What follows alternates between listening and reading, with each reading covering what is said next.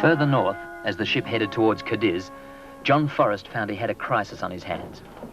It was old Broken Horn again. Perhaps his wound had infected his whole system. Anyway, he was off his feed and very, very groggy. Forrest and Harry Stevens plied him with choice hay constantly, but he just would not be tempted. Meanwhile, the Zulu sailors helped to look after the other rhinos.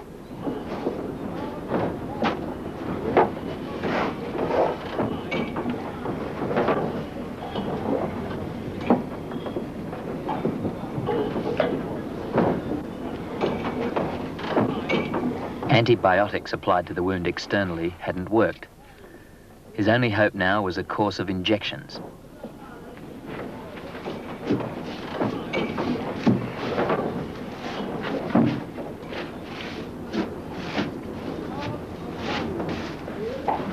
The injections took effect within a few days. Broken Horn perked up, and he was well on the way to recovery by the time they had sailed into Cadiz.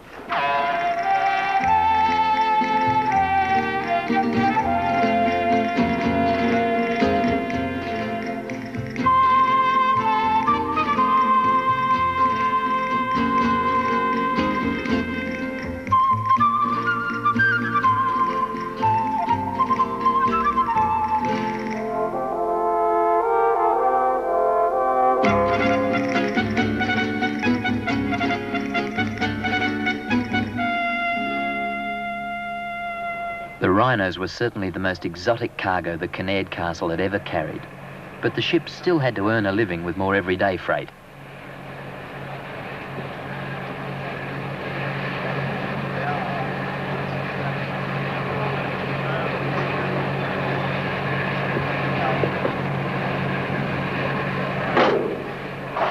The problem now worrying both the Union Castle Line and the zoo was what would happen to the rhinos if the strike persisted. Rhinos were certainly a perishable cargo. Every news broadcast was watched for a ray of hope. Meanwhile, news that the rhinos were on board had preceded the ship into Cadiz, and visitors were welcomed during the time the Kinnaird Castle was in dock.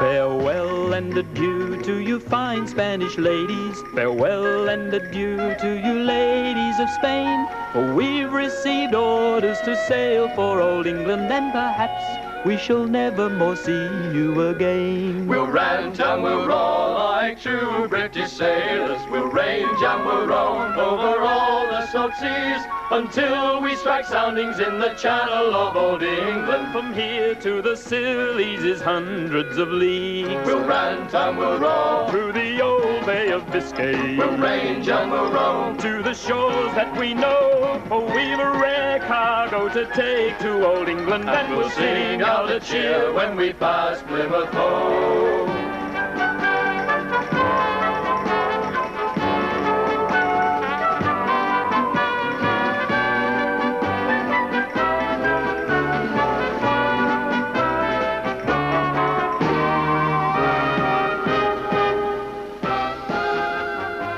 Kinnaird Castle nosed into the grey waters of the Thames estuary and slowed down to pick up a river pilot. The strike was over, but only just in time.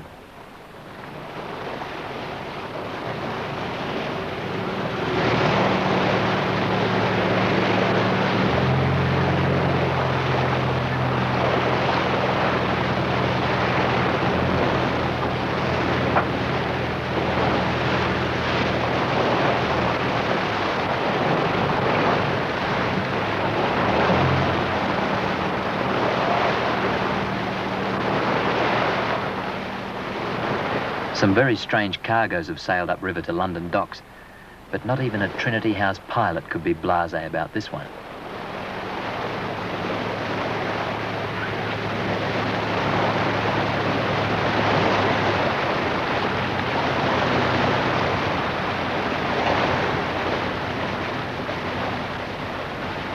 The pilot cutter casts off at Gravesend, And now the rhinos are in the pilot's hands for the last and perhaps the most tricky stage of their 5,000-mile journey.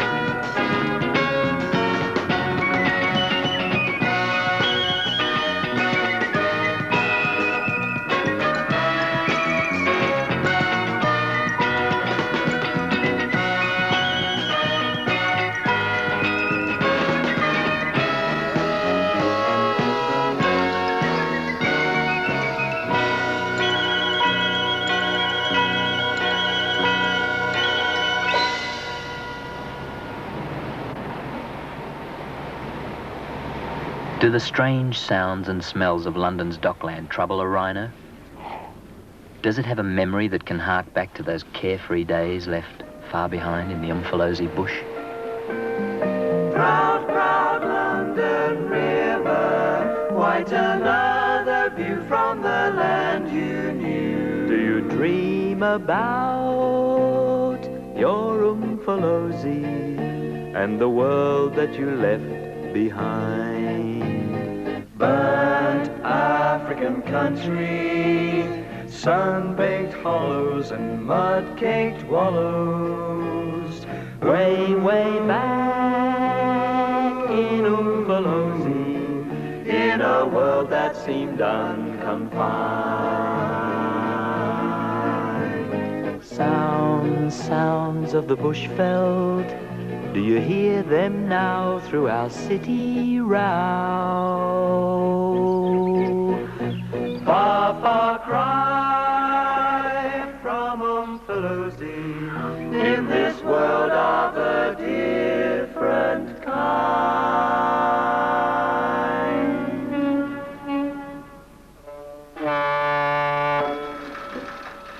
The old life is gone forever. A new life is starting.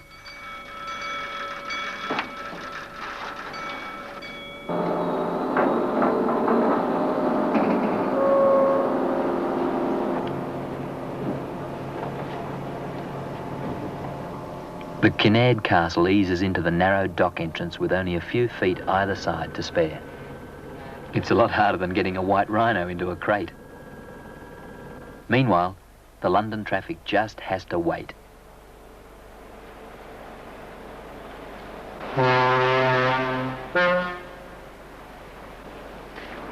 Perhaps the rhinos by now have reached that ideal state of boredom and acceptance which all seasoned travellers eventually hope to attain.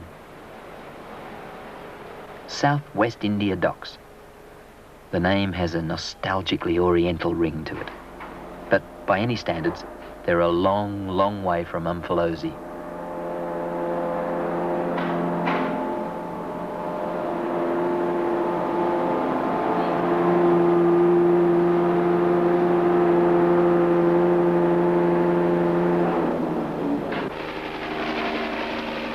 As usually happens with visiting celebrities, the press and the film cameras were there on call to cover their arrival.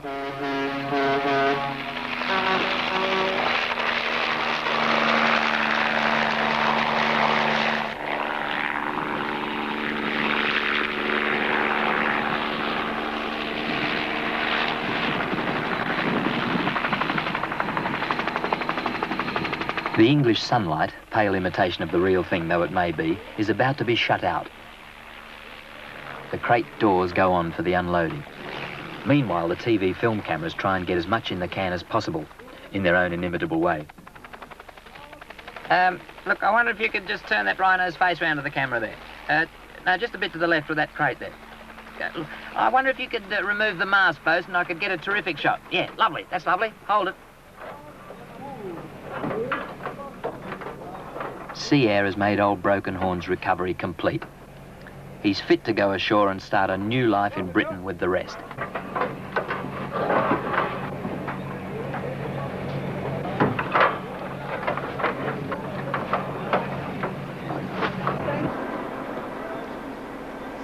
She's through the narrow lock and into the dock basin itself.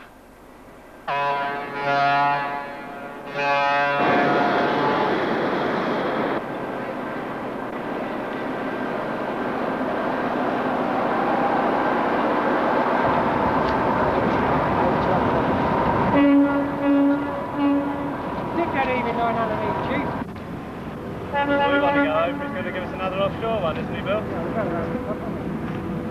That's it. Go on, there go, you go. Can you go, man? The dockers, of course, knew of the Kinnaird Castle special cargo, and now, with the strike behind them, they're as anxious as anyone else is to get the animals ashore quickly.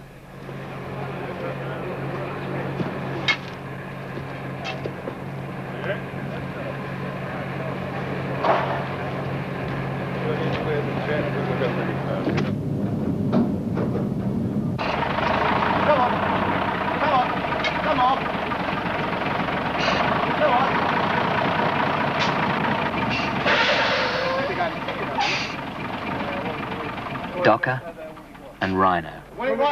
Two tough species that seldom come face to face.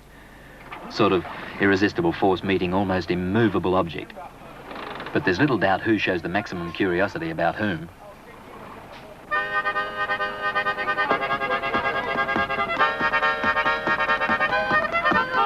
I've never seen the like since I've been born. A two-ton rider with a 3-foot tawny. Johnny, come see the rider, poor old man.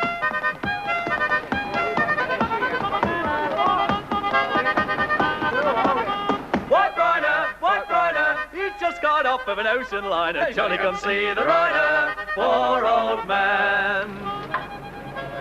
Poor old man. Over at Whipsnade, the Umfolozi Railway is getting ready to roll through Rhino Land. The carriages have been specially built to carry the visitors in safety through the wandering rhinoceros herds. The yellow carriage roofs will perhaps give at least an illusion of African sunlight. To the human visitors anyway, if not to the rhinos. It may not look much like Natal, but white rhinos are highly adaptable, and Whipsnade has an international reputation not only for looking after rare animals, but for breeding them in captivity. Animals such as the cheetah, Père David's deer, European bison, Przewalski's horse, and now, it is hoped, white rhinoceros. In fact, 8 out of every 10 animals in Whipsnade were actually born there. The railway that connects the wilds of Umfolozi with the rural piece of Bedfordshire is ready long before the last white rhinos leave the London docks.